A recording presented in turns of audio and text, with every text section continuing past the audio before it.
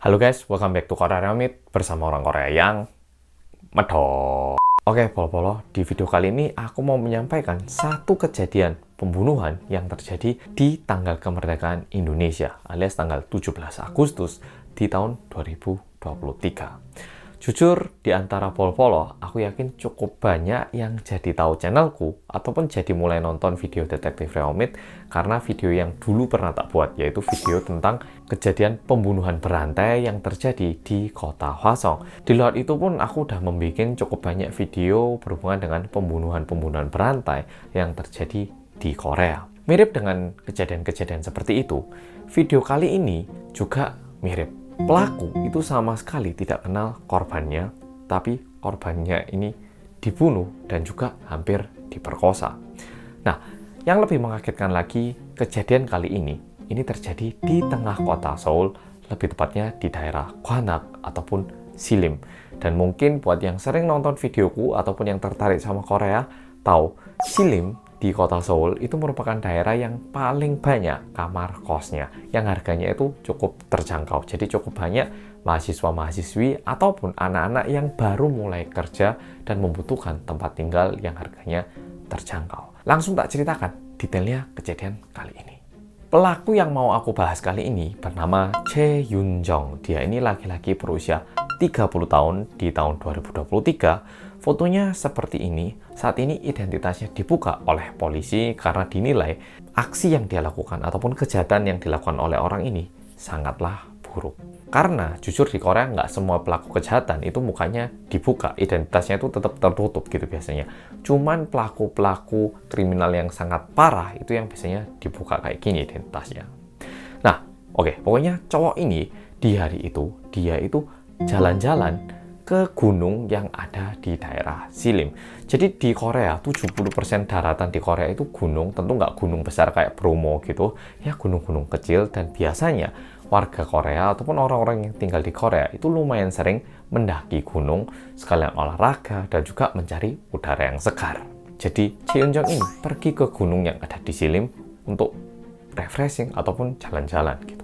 Dan kebetulan di waktu yang sama dan juga di jalan yang sama, ada seorang perempuan yang berusia 30 tahunan juga yang berprofesi sebagai guru SD itu lagi jalan di situ. Nah, perempuan ini kita sebut aja si A.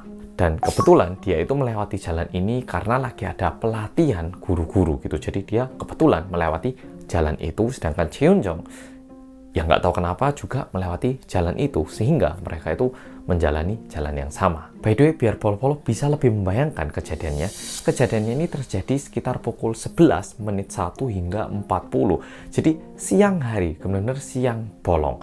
Dan kalau bulan Agustus itu kondisinya musim panas, mirip dengan Indonesia. Kembali lagi ke ceritanya, Chae Yun-jong yang kebetulan lagi jalan melihat si A itu. Dia itu mungkin tertarik ataupun suka.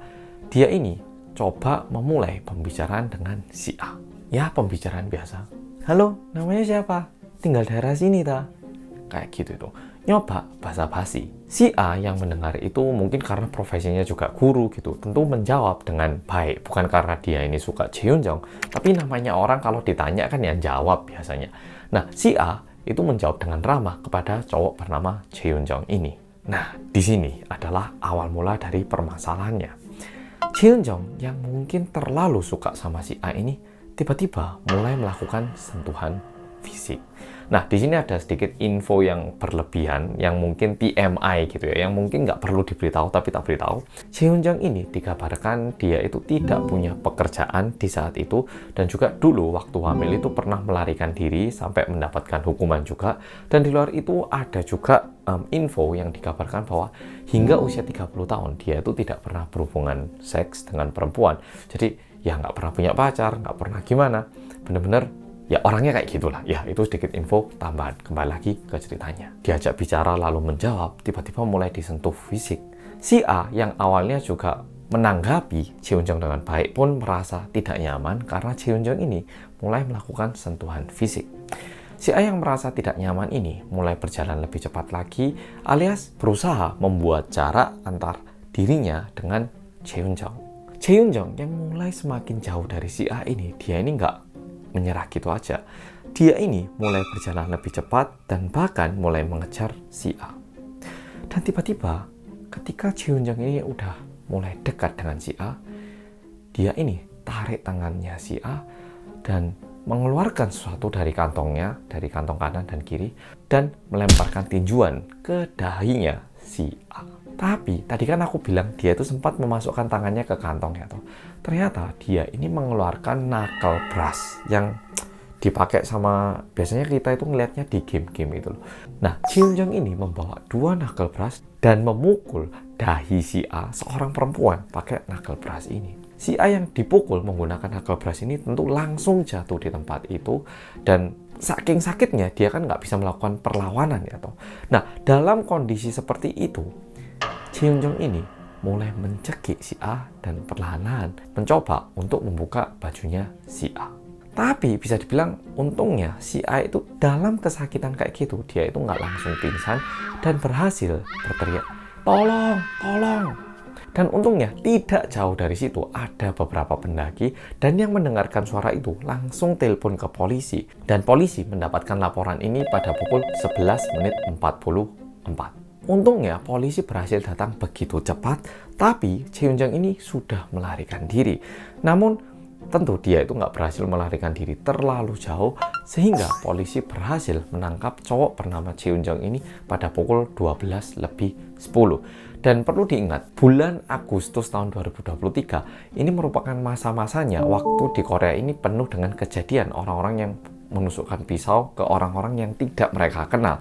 Jadi kondisinya polisi sangat-sangat siaga dengan laporan-laporan seperti ini. Dan apalagi kondisinya itu di siang hari dan untungnya dilaporkan dengan baik. Tentunya polisi langsung memindahkan si A ini ke rumah sakit, dan saat nyampe ke rumah sakit pun si A itu masih bernafas. Ya, kondisinya lumayan parah cederanya, tapi masih bernafas. Sedangkan Cheonjong ini mulai diperiksa oleh polisi.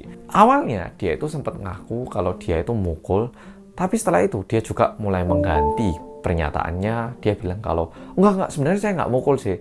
Si cewek ini jatuh sendiri kena ranting gitu. Ya, cuman gitu. Tapi masalahnya polisi menemukan 2 knuckle brush yang dia bawa di kantongnya. Jujur kan membawa knuckle brush itu sangat tidak umum. Sehingga polisi menangkap Cheonjong ini sebagai terdakwa. Kayaknya ini orang pelaku gitu. Tapi tentunya polisi perlu membawa bukti yang real untuk menangkap Cheonjong ini sebagai pelaku. Untuk mencari bukti, polisi ini mulai menggeledah CCTV. Tapi sayangnya di tempat kejadian, karena ini di tengah gunung, itu tidak ada CCTV yang tepat yang menunjukkan bahwa dia pelakunya. Tapi polisi berhasil mencari kayak info tentang Cheonjong dengan cara membacktrack dia ini dari mana dan ngapain aja hari itu.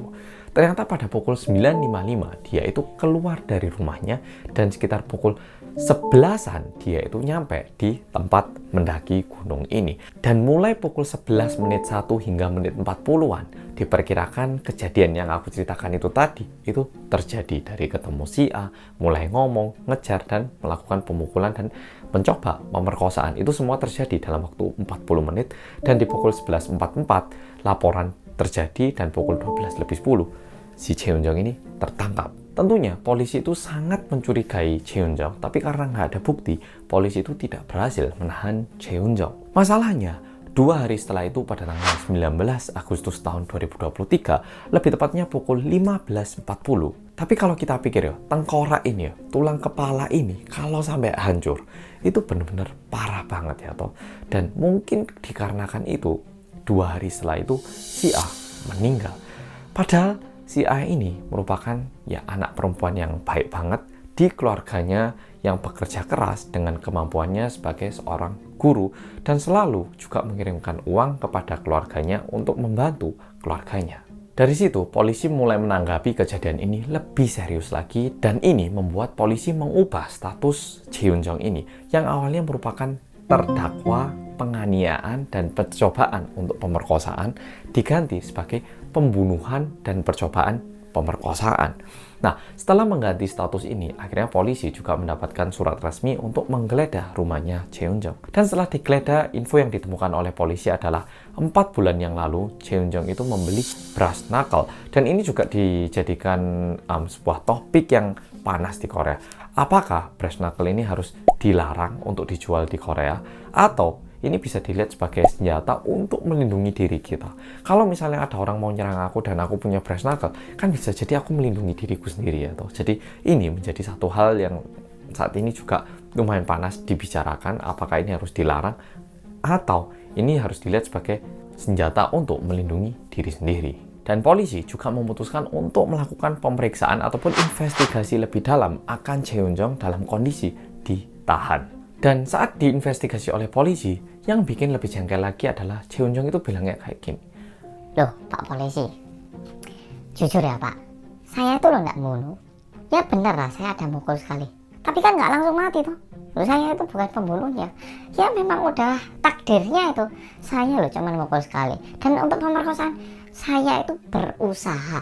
Maunya nyoba, tapi nggak jadi kok. Saya itu loh cuma mukul sekali. Nggak bisa dibilang saya pembunuhnya, bukan. Dia itu bilang kayak gitu. Dan polisi tanya, tapi kenapa kamu itu memilih si A dan kamu jadikan korban? Apa alasannya? Cheonjong itu menjawab seperti ini. Ya nggak ada alasan Pak. Saya nggak kenal ya. Saya ketemunya itu ya udah dia jadi korban. Ya ketemunya dia kok. Ya itu aja. Nggak ada alasan kenapa. Dan ini membuat polisi juga lumayan curiga apakah Cheonjong ini seorang psikopat atau bukan. Tetapi untungnya setelah si A ini diotopsi dan juga diperiksa oleh tim forensik, ternyata tim forensik itu bilang bahwa yang mengakibatkan kematian si A adalah pukulan di dahi dan juga cekian yang dilakukan oleh Cheonjong. Jadi benar meninggalnya nggak langsung di tempat, tapi dikarenakan kekerasan ini, Cheonjong ini berakhir dengan kematian, alias ya betul yang bunuh Cheonjong. Dan seperti yang udah aku sampaikan tadi, kejadian ini terjadi waktu lagi marak-maraknya penusukan pisau kepada orang-orang yang nggak dikenal. Ditambah lagi kejadian ini terjadi di siang bolong di tempat mendaki gunung, alias tempat bener-bener yang terbuka ya toh. Jadi nggak cuman perempuan, tapi semua orang di Korea itu menjadi kayak wah, kok kayaknya semua tempat sekarang jadi bahaya, gimana ini, kayak gitu. Dan yang lebih menjengkelkan lagi, pihak keluarga Cheonjong itu bilang bahwa anak kita itu ada sedikit depresi dan mungkin dikarenakan itu anaknya lo nggak jahat nih, itu kan dia juga nggak memperkosa ya, bukan cuma mukul, itu kekerasan bukan pembunuhan. Bilang kayak gitu. Sedangkan keluarga korban itu membuat pernyataan seperti ini. Pernyataan bahwa Cheonjong itu cuman mencoba memperkosa tapi gagal dan juga cuman melakukan kekerasan itu nggak bisa dibenarkan. Yang lebih benar adalah dia itu membunuh dan juga maunya itu memperkosa. Hanya saja tidak sampai terjadi karena ada orang yang melapor. Dan alasan dia bilang itu depresi lah atau apa, itu tidak boleh diterima dari kehakiman. Dan jangan sampai itu membuat keringanan di hukumannya Cheonjong. Dan saat ini Cheonjong ini masih menjalani sidangnya, jadi hukuman akhirnya masih belum kita ketahui. Tapi harusnya kalau menurutku itu penjara minimal 30 tahun ataupun seumur hidup. Sedikit info tentang sidang yang lagi berlangsung. Di sidang pertama, pengadilan melihat bahwa Cheonjong itu tidak ada keinginan untuk membunuh sehingga tidak mendapatkan hukuman untuk pembunuhan, alias lebih dilihat kayak dia itu melakukan kekerasan tingkat yang keras dan menjatuhkan hukuman penjara 20 tahun. Sedangkan pihak korban itu tidak terima sehingga banding, sehingga untuk hasil akhirnya itu masih belum pasti. Jadi bisa dibilang hukumannya itu minimal penjara 20 tahun dan bisa jadi 30, 40 agak berat, mungkin 20 hingga 30 tahun. Kalau aku pribadi berharap seumur hidup, karena ini sungguh adalah seseorang yang bahaya kalau kembali lagi ke sosial. Oke, Polo. Jadi video kali ini sampai di sini.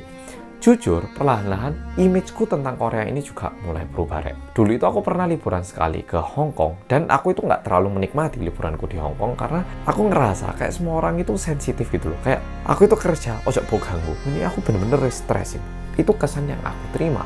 Dan Korea akhir-akhir ini tuh menjadi kayak gitu, sehingga buat pol-pol yang liburan ke Korea pasti ngerasa, oh Korea kok ini orang-orangnya nggak ramah sih. Bener ya, aku pun sebagai orang Korea merasa Korea ini nggak ramah. Semua orang itu menjadi kayak semakin sensitif dan gimana ya, istilahnya kayak semua itu pada mendidih gitu loh, sehingga nggak tahu kapan bisa meledaknya.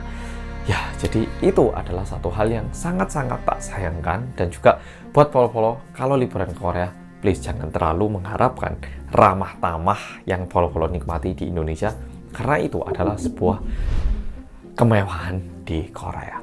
Oke polo-polo, makasih sudah nonton video kali ini, dan sampai jumpa di video